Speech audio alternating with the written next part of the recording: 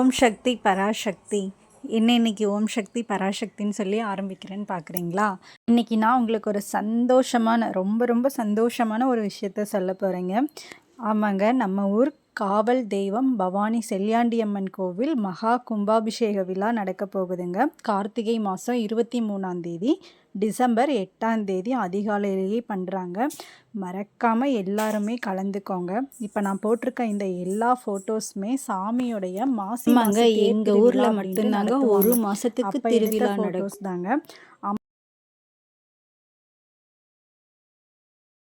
எந்த கோவில்லையுமே இல்லாத சிறப்பு என்னென்னா, ஆண் பெண் 2 பேருமே கருவறைக்குள்ளே வருஷத்தில் ஒரு நாள் கருவறைக்குள்ளே போய் சாமிக்கு மஞ்சள் தண்ணி ஊற்றுவாங்க. இது இங்கே ரொம்பவே விசேஷமாக இருக்குங்க.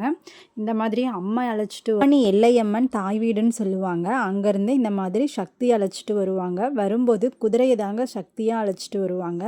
அந்த மாசி மாத தேர் திருவிழாவில் தான் இந்த மாதிரி வேஷம் எல்லாம் போட்டுட்டு வருவாங்க. நம்ம லட்டுக்குட்டி தாங்க இங்கே வந்து சேத்து வேஷம் அப்படின்ட்டு ஸ்பெஷலாகவே பண்ணுவாங்க. நம்ம லட்டுக்குட்டிக்கும் நான் சேத்து வேஷம் போட்டிருந்தேன். இந்த மாதிரி நிறைய வேஷம் போட்டுட்டு வருவாங்க. பார்க்கவே ரொம்ப நல்லா இருக்குங்க. இது தாங்க நம்ம செல்லியாண்டி அம்மன் இருக்கக்கூடிய அந்த கருவறை கோபுரம். இவங்க தாங்க நம்ம மாரியம்மன். இது எல்லாமே நான் தேர் திருவிழா அப்போ எடுத்த ஃபோட்டோஸ் தாங்க. ஒவ்வொரு நாளும் சாமிக்கு இந்த மாதிரி ஒரு மாதம் ஃபுல்லாகவே நல்லா அலங்காரம் பண்ணியிருப்பாங்க. இது எல்லாமே நான் குட்டி குட்டியாக எடுத்த ஃபோட்டோஸுங்க. நம்ம லட்டுக்குட்டி அப்போ தான் நடக்க ஆரம்பித்தார். நம்ம அம்மா கிட்ட உட்கார வச்சு நம்ம ஃபோட்டோஸ் எல்லாம் எடுத்தோம். மரம் தாங்க ஸ்தல விருட்ச மரம், இலந்தை மரம் அப்படின்னு சொல்லுவாங்க. இந்த கோவிலுக்கு நிறைய வரலாறு கதைகள் இருக்குங்க. கண்டிப்பாக இதை நான் அடுத்த வீடியோவில் உங்களோட ஷேர் பண்ணிக்கிறேன்.